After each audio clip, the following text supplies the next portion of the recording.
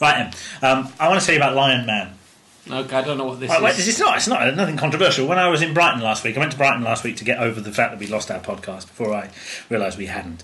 And I appeared in a Radio 4 programme, which is still on Listen Again, I think, called Radio 4's Music Group, where 3 guests are invited on to talk about a piece of music that they've chosen. Phil Hammond, the Doctor, who I'm sure you've probably come across. I do know. He presents it.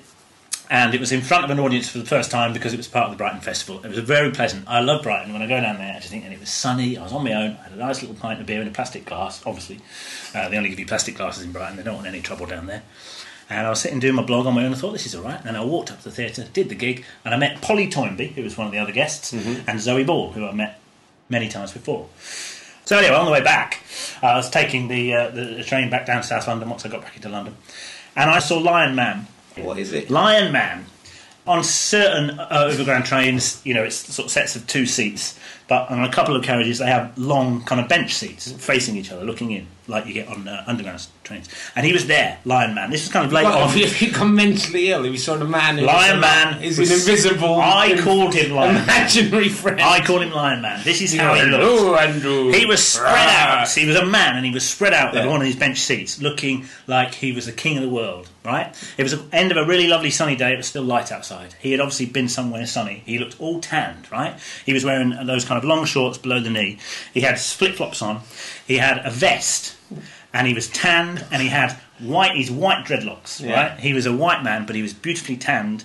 He had a little kind of bleached white beard on the end of his chin, a little bit under his lip, you know, that place where cool surfer type people had. And he was spread out. You know how some people sit on the train, especially in this country, all kind of, you know, I don't want to take up too much space because I'm English, that's how I sit. He had his legs wide apart, sitting back. He had his arms kind of stretched right out over the back of the seats. And he was just glad to be alive, and he thought that we should all be glad to be in his aura. And he had this girl literally clinging to him, right? She had little kind of shorts on. She had long bronze legs. She had a little vest top.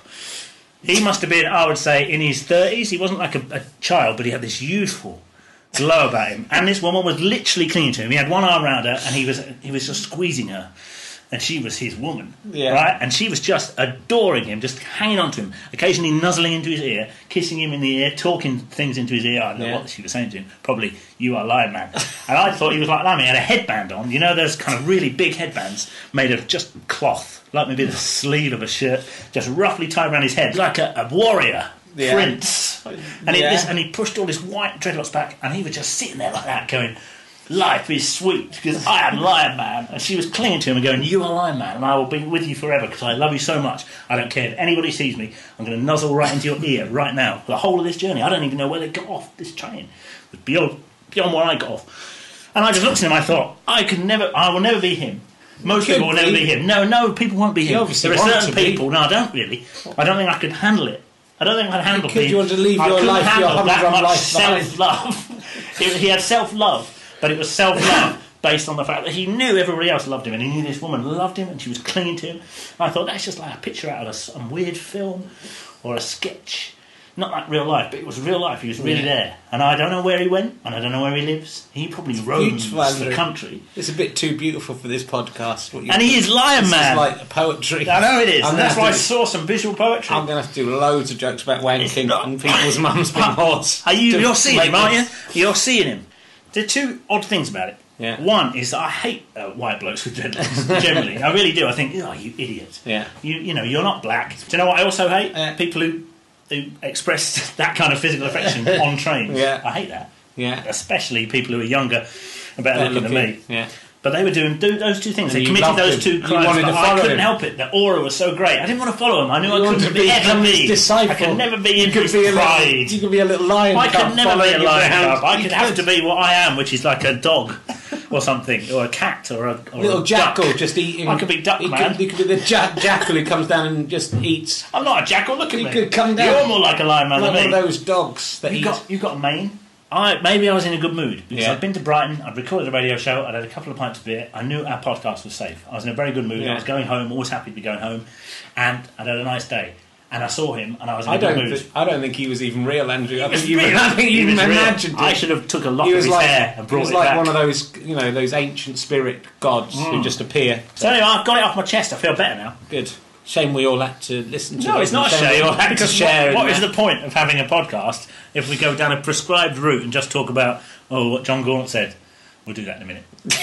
We're going to do that in a minute. I'll tell you a really quick thing. Yeah. This is interesting because on the way here on the train, all the interesting stuff happens to me on trains. I was on the train coming here, and the American tourists got on. I didn't look up, but they obviously were American tourists. I could see out the corner of my eye without looking up from my Daily Mail that they had bags on which suggested tourists, and they were American.